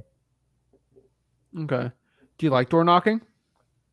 I don't love it, but I don't hate it. It's like, why don't you reverse drive for dollars instead? Well, I do actually drive for dollars, and then I also reverse drive for dollars. What's reverse drive for dollars? Bro, have you gone through freewholesaling.com? You've gotten 2 deals. Not completely. I haven't went through the whole website. All right, let me blow your mind. All right. Blow my mind. All right. I'm about to sell you on a $10,000 course. All right. $1,000 course. All right. Man, ready? What if there's a way? Amazing. All right. You can door knock every single deal and send a direct mail piece on that deal without doing that. And then leads come to you. And it costs like super cheap. Is it kind of like Deal Machine? Kind of $1,000. I'll show you. Leads come to you. And it's the same quality as door knocking. Now, you ready for it? Tell me. Reverse drawing for dollars. You get a sticky note. All right. You slap it on the house. And it says like, hey, this is Zach. I had a quick question about the house. Call me. The thing is, you've done drawing for dollars where you get the property, you write down the address, right? And then you got to go home. You got to pay money to skip trace it. Then you got to go call it, right? Yeah. I still love that. But what if you just drive for dollars? You found an ugly house in Ontario, slap a sticky note. This is Jayco. I had a quick question about your house. Give me a call back. Slap it on the house. Now you don't have to cold call anymore. You just slap it on the house and leave. Wow. And then they call you back. And when you when you talk to them and they're calling you. Did you watch the video I did today? Yeah, I saw part of it. Not all of it, but part of it. Right here. Reverse drawing for dollars. You slap the sticky note. You put, hey, this is Zach. I had a quick question. Please call me. You get a high response rate back. They call you back. You say, hey, I was driving around the neighborhood, which you were, and I wanted to know if you were looking to sell it. Me and my partner are looking to buy more houses in the area for cash. It's a way easier conversation than door knocking and cold calling. Sweet. And that's so that script right after, that's what you tell them when they're giving you the inbound call. No, I'm not looking to sell. No big deal. You slap 200 of those, man. And here's the coolest part. All right. There's no secret. There's a lot of wholesalers in Inland Empire, right? You know that. Right. Yeah. You're still getting deals, so you know that works. Yeah. How many people do you think are writing down some of these drawing for dollars addresses? A good amount, right? Right. So you've driven for dollars, right? So have you done at least 100? Oh, yeah. Out of 100, how many do you think of those people pick up and actually say hello? Like 10 to 20. Right? That means there's 80 of them. If you slapped 80 of those sticky notes on the people that didn't answer, I guarantee at least a quarter of those will answer you. That means you're having 25 extra conversations, which is double the drawing for dollars amount that no wholesaler areas are having with those people because they just don't answer those phone calls or they can't skip trace the right number. You're talking to drawing for dollars people that no one else is getting a hold of in your county, which is insane. Dude. You actually double your efficiency of drawing for dollars by just doing this. And you don't even have to have a conversation with someone. They're just calling you. Yeah. And it's like, if they don't call you, they don't call you. You don't have to waste your time. Right? It's like sending direct mail out. Dude, you're blowing my mind. You know I'm going to go do this today, right? Well, I wish you went to freewholesaling.com 2 months ago and did it. I probably have like an extra 3 deals or something, man. I'm telling you, man. I give as much information as I can. I scream at the rooftops, but this is why you got to hop on the one-on-ones, man. Dude, you guys have been dropping ridiculous amount of game. I'm telling you, very grateful. I scream at the rooftops because nobody talks about this. I do this in my business and it works. That's why I tell people to do it. These gurus don't do real business. They don't do this because they don't do a real business. I get in trouble every time I say that, but if they're doing this business for real, they would have done it. Now I know some gurus that do this. They don't publicly talk about it because they're scared in the market someone else is going to do it. I figure stuff out. So I'm telling everyone to do it. I just, it's amazing, man. And the worst thing you can do is try and it fails, right? Right. That's it. It's better than drawing for dollars. It's reverse drawing for dollars. And the best part about this, bro, is once you run a real business, I can get a 15-year-old kid from the local high school doing this for me for $15 an hour. I don't need it. Because guess what? Drawing for dollars is great, but I can do this on code violations. I can do this on water shutoffs, fire damage properties, probates, divorce. It's unlimited how many of that you can do. And for the regards of the divorce list and the probates, I've noticed that the only way I could pull probates for Southern California for some reason is actually with the software or paying someone else to do it, because some certain cities won't even give me the information and certain counties won't give me the information as well. So what do you recommend on that, just to continue? What list? Probates. Have you talked to the city attorney? I did. What do they say? They said that there's certain places that would give me the probates, but certain places won't. And then I actually did get some probates from specific cities, but not the amount of probates that I would like to actually. Did you get the public dockets of the probates? No, they just sent me. Well, they did, yes, because it's just how they send it to me. It's very basic. They just send me the address of the place, and then I have to do the skip tracing. The address is all you need, man. Yeah, for sure. Reverse drive for dollars, the address. Yeah, 100%. That's going down tonight. Guess what? You reverse drive for dollars, on your way driving there, you find other properties. 100%. And okay, so there's this one property, I think you'd be interested in on this one. So there's this one property where the couple never comes out. They do live there. We don't know if it's if everyone's still alive that is on title. I believe they are, but they've been in this house for a very long time. And when you go into the property, their whole front of their property has a bunch of vegetation on it, and there's all this trash and random items that they've been there for so long. These people are basically hoarders, and the vegetation is growing on the items of that they just left in the front yard. So I'm like, dang, it's been like that for quite some time. And I pulled their number off of truepeoplesearch.com, and I called every single number multiple times. But the only other way that I could get in contact with them is if I go to another address that they potentially have, but that's all the way in San Diego. So do you think I should just drop them a mailer, or kind of give up on it, or what do you think? Facebook message the seller. I looked for them. They weren't there. They weren't there? Yeah. Do you get the heirs or the relatives? So I looked on, I have access to the MLS as well. So I just tried to, put the names together on True People Search. And there is one address that I feel like could be a potential heir or relative of the seller or owner of the property. But the only thing I could do is either drive to them or mail. And of course I can't drive that far all the time. I'm usually not in that area because it's pretty far out, but yeah. Are there emails on truepeoplesearch.com? Their email should be on there. There was no emails from this particular address, but sometimes, yeah, I do see emails on people. I just start sticking it on the door, honestly. No, you said if it's too far, then no, but that's honestly what I do. Yeah, because the one that it's not necessarily the property that is too far. It's the other address that they potentially could be living at. That's Put a the one sticky that's note on the door. Okay. And Yeah. then no one's going to look at that house for 2 months, but someone's going to come by and look at it. One of the owners, and they're going to call you. It's so crazy because the front door is non-existent. They actually made it in a certain way because they didn't want people trying to solicitate. So they basically put this barricade to kind of like block the front door. And I guess the barricade. Duct tape it. I don't care. Oh no, I'm gonna do that. I just like at the time when I saw it, I was like, oh, how am I gonna talk to these people? Like they have this huge barricade, you know. Now you just open the door for me. It just blew my mind. Yeah. Okay. Is there any other like thing that you could recommend for like someone that is, you know, we're primarily working in flips, so that's been the biggest thing.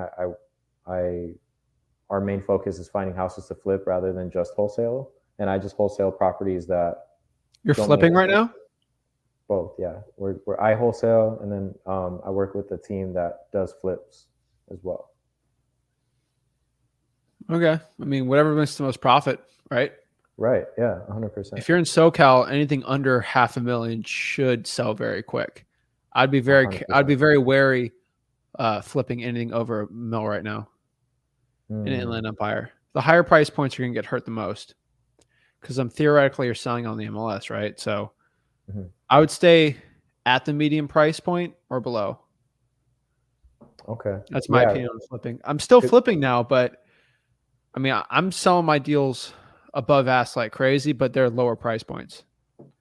I see. Yeah, because right now when we're selling higher than $1 million for most of our properties, but they're still doing well. It's just they're still doing well. They're going to get worse. You think so? Because the higher end always gets hit worse, man, and then just trickles down. So you kind of stay at that certain price range to be able to be profitable each time and have that kind of sense of security in your mind that, hey, like this is actually going to perform. No. So what I mean by that is it's really easy to get a real estate wholesaling deal or a house. It's really easy to get a house under market value if it's below the median house price for the city or county. And then it's a lot easier to sell in the MLS. There's a lot more demand for cheaper housing, especially in California, because your whole permitting system's so screwed up there and zoning. Oh, yeah. So real estate's crazy high. But the point is affordable housing is more attractive than expensive housing because of the price. So, right? Yeah. That's the point. There's more demand, and then I get it for cheaper prices. It makes more sense for me. No, that makes complete sense. Yeah.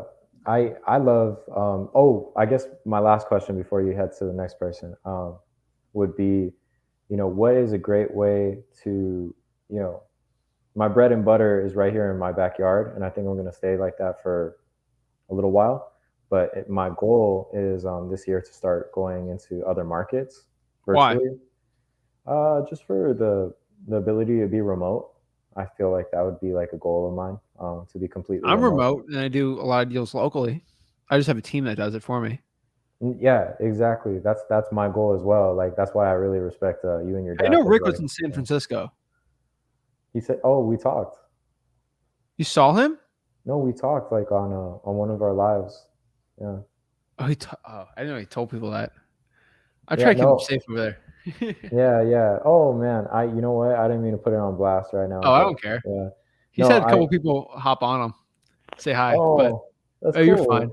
Yeah, no, he just mentioned it because I think we were actually off of the live, and he was just like, "Hey, yeah, okay, yeah, whatever." Yeah, that was cool. So the reason why I did virtual is because in my local market, you get to a point where you can't push it more. There's only a certain amount of millions of dollars you can make in a market where there's only 150,000 houses that are eligible for real estate wholesaling deals that are under $500,000. There's under 150,000 homes in my market. Okay. So I had a point where I was like, crap, I can only make a certain million type dollars, multi-millions in assignment fees, but I can't make any more marketing extra list. It's like if I'm spending $40K in marketing a month, what if I spend $100K in marketing? With that game, the multiple is not there, but the multiple is in other markets. So I did a lot of virtual wholesaling. That's why I expanded. And then to a point now, I'm mostly doing JV deals just because I have enough followers where people just send us deals, and that's very profitable for me. And that's the third leg I'm doing now. I'm doing it just because it's for expansion. The problem is you need to get your house in order first locally and then start expanding more. There's plenty of deals in your market right now. Absolutely. And I love that you and your father do that in the regards of like letting people JV with you. I think that's so super cool because you guys are helping out so many people at the same time. And what we're doing over here is I work with a partner that actually markets to women in particular. And what she wants to do is have them learn about, you know, flipping, wholesaling, finding deals, stuff like that, and then bring us those transactions. And in that regard, do you feel like just starting a YouTube channel, like how you and your father did, and just like going at it every day? Because you guys are relentless. You guys have, bro. I started a YouTube channel to show people I just recorded my own flips. It's a hobby, bro. This is my hobby. Wow. This is not a full-time thing. Mm-hmm. I spend 2 hours a day on this. I do it for fun. Super cool. I put an extra 10 hours a day of work outside of this. I don't do this as a thing. So right. I don't recommend anyone do a YouTube channel, man. It is not worth it. I did it all for free. And yeah, I mean, I don't think it's worth it. I do whatever you want, man. But I never started a YouTube channel until I was making hundreds of thousands every single month. I love that. I love that. And that makes sense because then you actually are qualified to tell people things. Yeah. That's the point. Yeah, I know. It's not always like that, though. You know that. I don't really care. I mean, every single deal I've ever put on my YouTube channel, even my first video ever, I showed a contract. I showed the address I bought it for. I showed the price I sold it for. So, yeah, man. Big respect, do it bro. for the money, man. I'm telling you right now. Yeah, no, I totally get that. And could ever get out of business. So, man, I'm telling you, you get your house in order, do some reverse drawing for dollars, and start scaling up your business. Absolutely. Consider it done. I'll be staying in touch with you guys. I appreciate it so much. Thanks for your time. Keep it up, bro. Thank you. All right, man. Big love. Oh, appreciate it. Awesome. Yeah, guys, I do this. I do the YouTube thing because I love it. You know, I love helping people out. If I did it for money, I would quit a very long time ago. You know, there's a lot of stories I get from people getting their first deal, learning from me for free, and it's mind blowing actually. So, it gets me pumped up. But yeah, come on, guys. I teach you guys for free. I'm trying to put these gurus out of business because they absolutely just they've annoyed me so much. They're all going out of business. I don't really care. CJ. What's going on, Zach? How are you? What's up, man? How's your deal going? Oh man, it's been crazy. So much has happened since we last talked. So I feel like I broke a couple of the wholesaling commandments that definitely was talked about in freewholesaling.com. I had to change the closing date to benefit our buyer. So we were kind of running out of options as far as buyers to pursue, and the buyer that we were most confident in, he needed us to go back to the seller and extend our close date. So I kind of defaulted 5. So July 5th is when we're going to close. We were going to end up closing on June 30th. But the whole thing was I felt like I was giving up control to the buyer. Like I was getting jerked around. They were kind of like saying, "Hey, this is the terms that we want. You got to go back to the seller." How much of an assignment fee is it? Well, it was only going to be $5K. Then I went back and renegotiated with the seller, $10K out of it. And that's, to me, I threw this kid that he kind of backdoor JV'd me. He brought his buyer last minute. I was like, "Hey, you know, I can get 2,000 more out of this deal. Will you just throw it on?" I was like, "You know, it's not, I thought we were coming in at this price. It's no difference to me if you sell it to him at $2,000 more. It doesn't mean anything to me." But anyway, I had to go back to the seller to renegotiate these terms. This was after the first amendment that I already drafted. Okay. So I already drafted one amendment with them. Then it went to the second one. I ended up having to $4,000 in earnest money to go back on that last amendment. Now, I held out till as long as I could to put down that earnest money, but when I put it down, I had the cash buyer immediately wire his. So it was What's up with that? our attorney. Oh, sorry, it cut out. You're good. But anyway, our attorney spoke to me and he was like, yeah, the wire's here.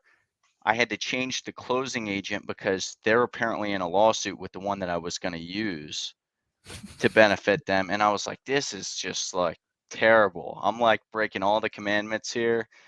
I'm not using my attorney. I'm having to do all this different stuff pretty much just to get this deal done. Now, here's the thing. They're using like my second or third choice attorney. Okay. They definitely not my go-to, but a reputable space. The problem with that attorney is they don't do the blind HUDs. It's whereas my attorney does. They refuse to do one. That's the only reason I don't like using them. Now my seller, he's a tough cookie. He pretty much, when I went back after I already had negotiated the discount with him, he pretty much like cut me off at that point. He was like, man, I know what you're doing. You know, I was thinking you were flipping it. I know you mentioned that you would wholesale it, but I'm like 100% confident you're a straw hat man.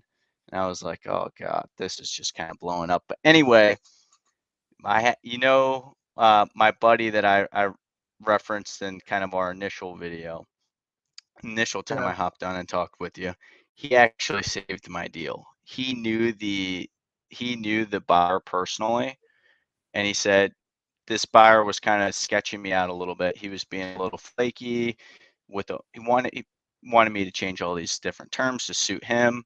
And so my buddy called him on the phone and was like, hey, this is my good friend. I want to make sure this is actually a legit deal. He's about to put a lot of earnest money down. I do a lot of deals in this town, and this will burn our relationship if you burn him. And so he kind of clutched up for me, made sure that the cash buyer was like really, really vetted. So we're all good there, but we closed July 5th. So unfortunately, I'm not going to be a winner in the challenge, but I definitely am a winner in real life, being able to at least make this happen. There's a lot going on here, man. Right. Yeah, this is like, that was the most stressful stretch 3 days that I've ever had, because the buyer was going to initially just back out if I couldn't get those terms done by the end of the day. So I was like running over to the seller, having them hand DocuSign it. We were dealing with a spouse in a different state, having to send that document all the way over, taking 30 minutes for her to sign it. And it was just like it was so much going on to get that thing done.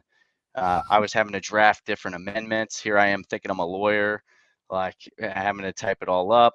And anyway, all that ended up working. A couple questions that I have for you before we can role play, or I don't know if you have to get off. But my first question is, when we're dealing with the probates, right? And we're doing mailing, and maybe this question's answered. When they respond to your letter and they essentially say, hey, CJ, I got your letter. We wanted to let you know that we just did it in the market if you're interested. Did a what? Now, is that so the essentially we mailed a probate letter, and we've been getting response that's like, hey, that's awesome that you're interested. We actually just listed it on the market. Okay. Is that pretty common? Yeah, it's pretty common because realtors send letters just like that. Right. But the first thing an average person outside of real estate thinks of when they need to sell a house is, let me call a realtor. That's fine, right? 95% of deals are sold on the MLS, right? So right. I don't really care. Usually that's houses even motivated. They're already doing you a service. So that's fine. Are you using the free one at freewholesaling.com that works, Scott? Yep. So we just did that. I will say I have like a handwriting machine that I bought for another business, and we were doing that, but then I heard you guys talk and say the numbers don't really support the the higher response rate. At least in this industry, I don't think it does, except on the envelope. Envelope, and then right. sign your name on the bottom. Right. Okay. You're good to go. That's what we have right now, but I have a handwriting machine, and it was taking like 5 hours to about 20 of them. Yeah, no, not worth it, man. The letter though on the front, yes. Let me talk about this deal real quick because a lot of the stuff I could have helped you out with, but I don't do the one-on-ones every day, so I get it. Number one, I remember thinking you locked this up for a little higher than you were comfortable with, right? Right. Yeah, we went in. So he wanted 145. I came back. We ended up, or I'm sorry, he wanted 150. guy's savvy, we ended up coming back at 140. What was that? He's pretty savvy, right? Yeah. Yeah. So like, not every seller's like that. This was a mess because of two things. Basically, two laws of cash buyers. A cash buy, it is hard to find out the dispo deal when either two things, right? If either you locked it up too high or if you haven't talked to enough cash buyers. Right. You talked to a lot of cash buyers. What does that mean? You definitely locked it up a little too high. And I think you know that. So you had to go with a lot of cash buyers and you found the one that's going to technically overpay for it. The problem is when does someone jerk you around? A cash buyer jerks you around because you're their only option. And why are they their only option? Because you locked it up too high. Right. The root of the problem is you locked it up too high. It is better to go through all this stress and get the deal than not to do the deal. It all came. You just locked it up too high, but you got the deal either way. So your guy's going to be savvy. He's going to read the HUD. He's going to know you make an assignment fee. At the end of the day, if he comes back to you, calls you on closing day, oh, blah, blah, blah, blah, blah, you're getting the money you agreed at closing, right? At the end of the day. Right. He agreed to sell it for this price, and you're a man of your word still. You didn't go at the end of the day and try to extend. You extended him. No big deal. This happens in real estate all the time. I have one deal locked up. They're trying to extend it. I kind of cut it off because I said, you're not getting your EMD if you got, no, it's fine. But on that deal, you just locked it up for too high. And he's getting the money he agreed to. You're closing on the 5th. You're good to go. You're going to make your 10K. It's fine. It's still, this stress is still worth it because you're getting the money, right? Right. It's $10,000 extra dollars that better than zero. So that's now, it, how often do you guys pick up your EMD right when the cash buyer drops theirs off? Do you guys have it so that you or work within that with just giving you your earnest money back immediately? Let me give you a secret. I think everyone watching this is going to be a great one. This is a great secret. This is my favorite. So I love gurus because there's my favorite. They will go buy a house and then they'll sell the house, or they'll do an assignment where they're making $20,000 on it and they have a $1,000 EMD. What happens is, this happens to me. I've done this on my vlogs where I'll get a $25,000 deal. I'll go pick up the title company. I'll get a check for my $25,000 assignment fee and then a check for $1,000 in my earnest money deposit. These gurus will do a $10,000 earnest money deposit, make like $1,000 on the deal, and then flaunt the check as if it's their assignment. It's really your EMD. I usually just get a check. You get it wired back to you, but I pick it up when I get my assignment fee. Okay. $4,000's insane, but for the 10K, it's worth it. I get it. The root of your problem is you just locked it up for too high because your seller wasn't motivated enough, but you found equity in it and it worked. So this is a big lesson, but between you and me, bro, I would have done the same exact thing. Yeah, it was, I had to do it. I was sitting there. I was like, only, what would you say? 15% of deals don't make it to close or somewhere in there. If you do it right. Yeah. Sitting there, I'm running the numbers in my head. I'm like, put $4,000 down, my spread on my earnest money deposit and theirs is $1,000. There's 15% chance this doesn't happen. And I'm like, I got to go deposit this immediately. That's the process in my head. Right. So, you know what? I take the 10K. I've done like 3 or 4 $1,000 deals this year. Just cause, why not? It's either I could have gotten the deal or not. and I have an acquisitions team, right? Why not do it, right? Like they're all virtual, but like it's $4,000 extra dollars, right? You know, it's not much money, but at least I can pay my guys that, you know. So I'll still take those deals all day, man. And what I'm finding is, and I think you guys have a video, easy back to negotiate with the seller than I originally thought. I thought I lost the deal for sure when I was getting cash buyers coming to me and saying like, "Hey, CJ, between you and I, you locked this thing up too high. Like you're not going to be able to get rid of it." And here I am sweating it out, saying, "Man, now I got to go call my seller." I went back to him. That first amendment that we drafted, he did it in 30 seconds. It was like, "Hey, you know, I'm going to go do this. I'm going to increase my earnest money deposit at the time to 2,000."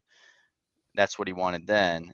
And we signed that thing in 20 minutes time. And then it was after I went back again, oh my gosh, he was like, "I'll let this thing blow up, man." Have you ever played Minesweeper? Yeah, yep, sure. It's like Minesweeper. You hit it, fine. Hit again, push. That's what you did. Right. Renegotiating is just like Minesweeper.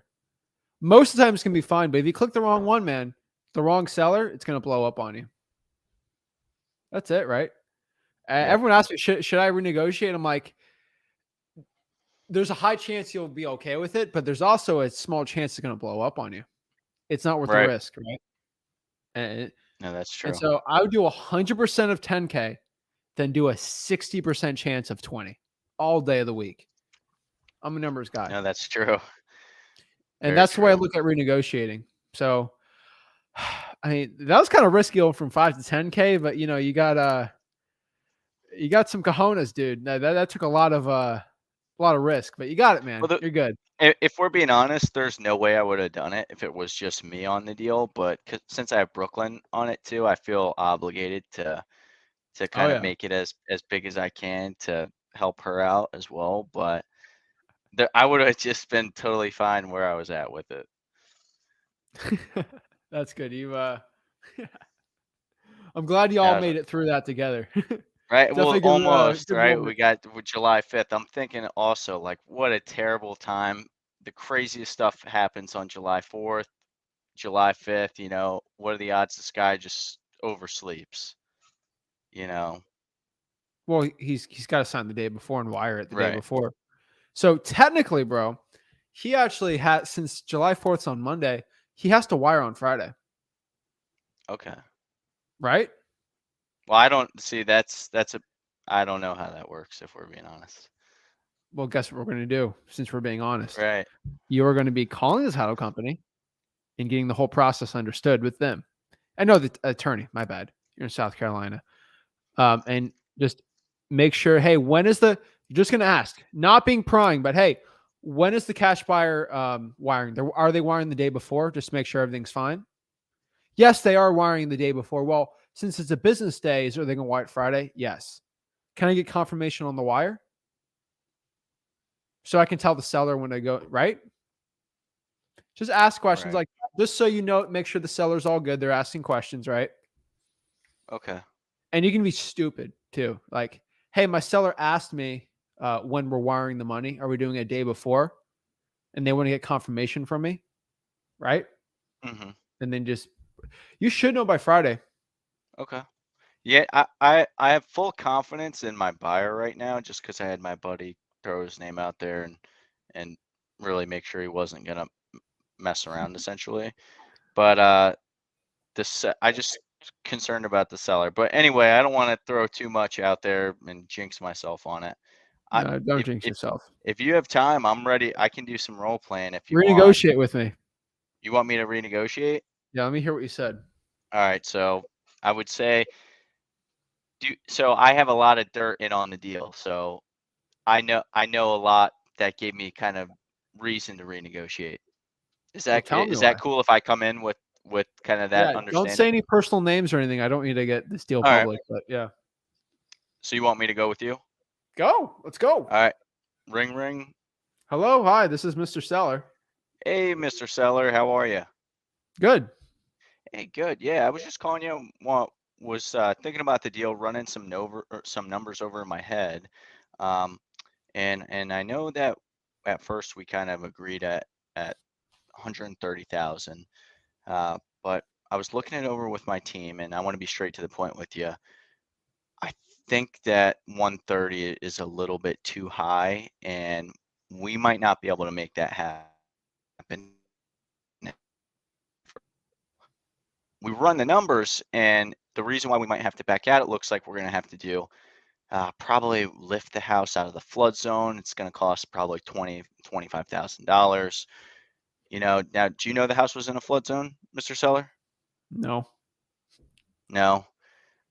Yeah, see, I didn't know either at the time, but that's kind of a big deal breaker for us. Have you ever, you've seen them lift houses up before, right? How they throw the boxes under them. Yeah, it's pretty expensive process. But anyway, just getting down to it, it's looking like we're gonna need to work with a figure more around 100,000. Is that something that you can work with, Mr. Seller? No. No, Can't do 100, 100. 100's off the table. No. All It right. costs So, $30,000 to lift the house. well, let me ask you this: what's it going to take to move forward with this? So, we're not really going to be able to work with the original 130,000. Okay. How much does So, it cost you to lift the house? we're thinking right now we've run some quotes on it, anywhere from, depending on how much we need to raise it, because technically the flood zone that you're in, there's no reference to how much that you need to raise it that will meet code. It's in one of those, I think what it's called, uh, base flood elevation zone. Anyway, it's not that important, but anyway, the amount that we have to raise the home is kind of up in the air, but we definitely have to raise it about 1 to 2 feet. So that's going to cost us anywhere about $20,000 is kind of what we've been running the numbers on, gathering quotes on it. So I mean, bottom number that we could really work with is like 110, maybe 115,000 if we run our numbers really tight. Okay, I'll do 115. 115. Yeah. All right. So then I would go You just through gave with up it then. $5,000, man. I know. I was waiting for you to punch back with me because you just said Power of yes. pauses, bro. It's the power of pauses. No, you're right. Absolutely. I was waiting for you to say that. Haha, I told you so, because you just immediately agreed. I was like, damn But it, I guess fell what? right for the trap. Because you know why you said that? Ready? Next time you talk to someone, you're gonna remember this and be like, "Crap! Don't say it! Don't say it!" And it's gonna save you $5,000. So I just save you $5,000 by doing that. Because he would have taken 110. Yeah. You said 115, so I'm like, fine. Seller does the same thing. Hey, I'm looking to sell for 110, 100. Just picked up 100, right? Right. You really like playing Minesweeper, don't you, man? What if I told you my uncle works for a flood insurance company? He's going to come look at the house and let me know, and then it blows up on you. See, I don't know about real, at that point, I would run it. I would say let's kind of go for it. But here's my problem, man. I'm not an expert on rehabbing houses like insanely. Like I flip a lot of houses, but a lot of it's very cosmetic. Redo a drywall, termites, roof. Like I'm not the structural issue type guy. When it comes to lifting flood zone type houses, that's not my area of expertise. And I know it's not your area of expertise. right. The problem is you never know, right?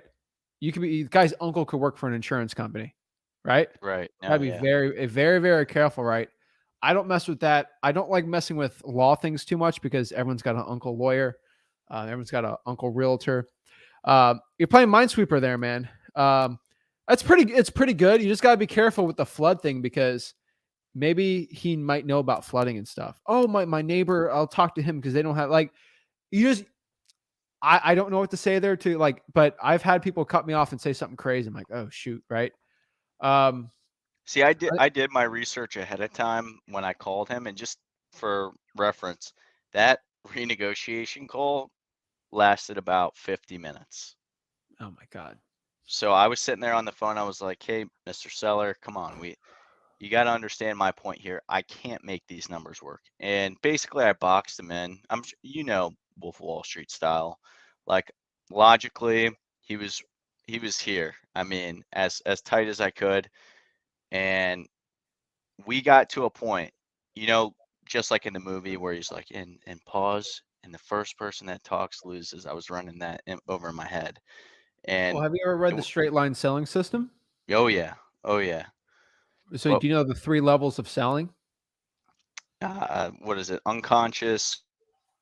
No, not that. So there's 3 reasons somebody sells to a point.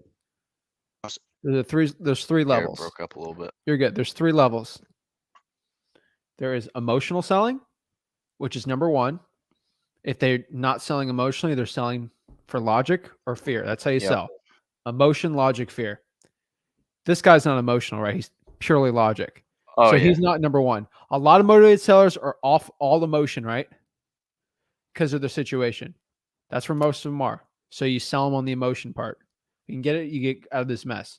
2 is this guy's logic, right? The problem here is if they're too boxed in on logic, you might have to go to fear, which is more of the seller side. Hey, I'm buying like 10 more houses. This is too much, but you could always go the fear route of, hey, I don't know if I can be able to buy this house if you don't make a decision right now. Honestly, when I renegotiate, man, I don't do a lot of it anymore, but I always go with, hey, we got to be at this price. Shut up. See, that's how he was. That he basically told me, he said, CJ, let's not play any games. Tell me what you want out of this, and I'll tell you yes or no. What did he say? What did he say? Yeah, that's when, after that whole 50 minutes that we went, every other time I talked to him, I was like, Mr. Seller, this is what it is. Are we making it happen? And he's like, yep. Or he's nope. And I was like, all right, That's see ya, it. bye-bye. But Have you ever watched Parks and Rec? No. No, I'm trying to think of a character that's like all logic. There's guys like that are all like to the point, right? Right. That's how they are. They're no emotional. They're hard to crack jokes, but they're just super serious all the time. Right. And you got to understand that archetype of a person. Yeah, he was tough. During that call, this was on my final offer with him when I actually brought him down to 130. There was probably a 2-minute, I kid you not, 2-minute pause between he and I. I gave him mine. He was waiting for me to jump back and start saying, maybe we could do 132, 133, but I was 130. We sat there. I remember Brooklyn's in the room. I hit mute and I'm like, I'm going to sit here all day and not say Click anything mute. until he says something first. And yep, the suspense just went and he came back and we made it happen. That's it, man. Oh yeah. That's good, man. This is a great experience for you. I'm just letting you, it's a great experience. You already know you locked up a little higher than usual, and that's why you had to deal with the mess. So at least we already know why you're going through it. The worst is like you don't understand why. So, you decided to play the game and it worked. So let's get this thing done July 5th, man. We'll celebrate. It'll be fun. Oh yeah, absolutely. Appreciate you, Zach. Appreciate you and Rick. Thank you, guys. Great one. Boom! Let's get it. Good job for CJ out here. 10K. Give a shout out to CJ and Brooklyn together as a tag team. 10K together, not just CJ on here. So awesome.